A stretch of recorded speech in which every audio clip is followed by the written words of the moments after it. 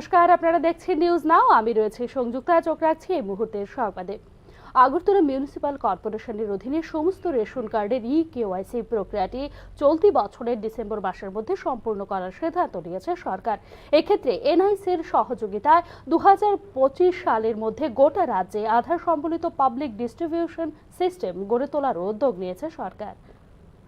Agartala municipal কর্পোরেশনের অধীনে সমস্ত রেশন কার্ডের কেওয়াইসির প্রক্রিয়াটি চলতি বছরের ডিসেম্বরের মধ্যে সম্পূর্ণ করার উদ্যোগ নিয়েছে রাজ্য সরকার। একই সাথে জাতীয় তথ্য বিজ্ঞান কেন্দ্র বা এনআইসির সহযোগিতায় 2025 সালের মধ্যে রাজ্য জুড়ে আধার সম্বলিত পাবলিক ডিস্ট্রিবিউশন ব্যবস্থা চালু করারও উদ্যোগ নিয়েছে সরকার। রেশন কার্ডে কেওয়াইসির মানে হলো রেশন কার্ডের সঙ্গে আধার লিঙ্ক করা। কেওয়াইসি হলো ইলেকট্রনিক নো ইয়োর কাস্টমার, যা গ্রাহকের পরিচয় ইলেকট্রনিকভাবে যাচাই করার একটি ডিজিটাল প্রক্রিয়া। রেশনিক ব্যবস্থায় অসঙ্গতি দূর করা এবং প্রদত্ত সুবিধাগুলি সঠিকভাবে ভোক্তাদের কাছে পৌঁছানো নিশ্চিত করায় রেশন কার্ডে কেওয়াইসির সংযুক্তিকরণের মূল উদ্দেশ্য। নির্দিষ্ট সময়ের মধ্যে রেশন কার্ডের কেওয়াইসির পুনর্নবীকরণ না করালে বন্ধ হয়ে যেতে পারে গ্রাহকের রেশন পরিষেবা। রাজ্যে বর্তমানে 2760টি ন্যায্য মূল্যের দোকান রয়েছে, যেখানে রয়েছে মোট 9,80,297টি সুবিধাভোগী পরিবার।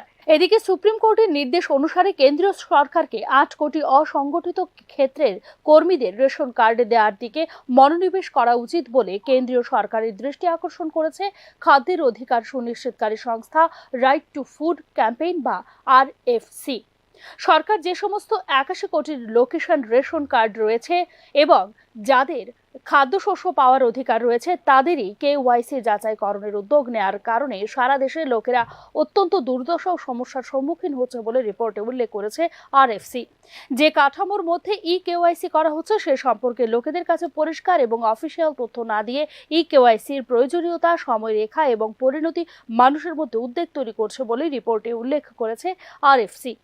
রেশনের দোকানে পুরো পরিবারের থাকা আবশ্যক হবার কারণে অভিবাসী, শ্রমিক, বয়স্ক এবং প্রতিবন্ধী ব্যক্তিরা সহ সর্বাধিক প্রান্তিক অংশগুলো সবচেয়ে বেশি প্রভাবিত হয়েছে এবং কেওয়াইসি থেকে বাদ পড়ার সম্ভাবনা রয়েছে বলে বিবৃতিতে উল্লেখ করেছে RFC।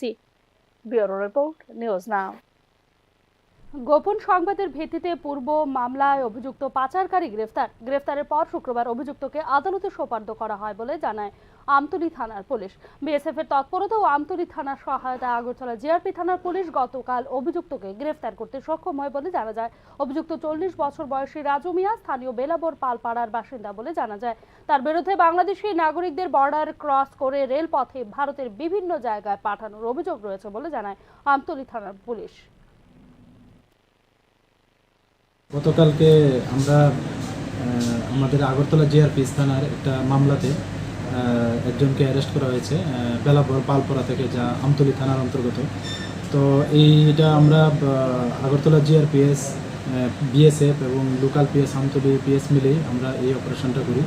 তো ওনাকে গ্রেপ্তার করা হয়েছে। অ্যাকচুয়ালি উনি ওই যারা বাংলাদেশ থেকে মানে অবৈধভাবে আসা যাওয়া করছে, তো ওনাদের তারা মানে উনি হেল্প করছেন এবং সঙ্গে আরও আছে। আমরা নাম ককবরক ভাষার জন্য রোমান লিপি চালু করা হলে তা ভাষার সংরক্ষণ এবং সম্প্রসারণে সহায়ক হবে বলে দাবি ত্রিপুরা স্টুডেন্ট ফেডারেশনের।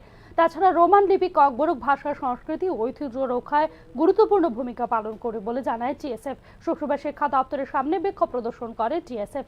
দাবি আদায় না হলে আন্দোলন চালিয়ে যাওয়ার হুঁশিয়ারি দেওয়া হয়েছে বিক্ষোভ প্রদর্শনকারীদের তরফ থেকে।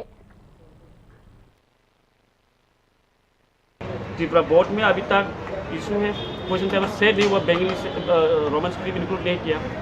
हम लोग कोई स्क्रिप्ट का अगेंस्ट नहीं है, लेकिन हम लोग का जो डिमांड है Roman script, it is been more than 40 year, include Roman script in setting up the position, वो लोग नहीं किया। तो वो क्या स्टैंडर्ड, वो लोग सेंटिमेंट खेल रहे हैं स्टूडेंट के साथ।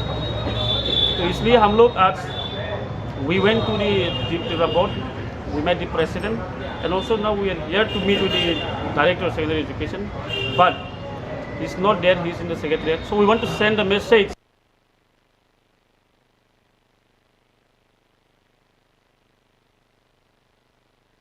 এখনকার মতো সংবাদ এখানেই শেষ করছি। অন্যান্য আপডেটসের জন্য চোখ রাখুন নিউজ নাও এর পর্দায়।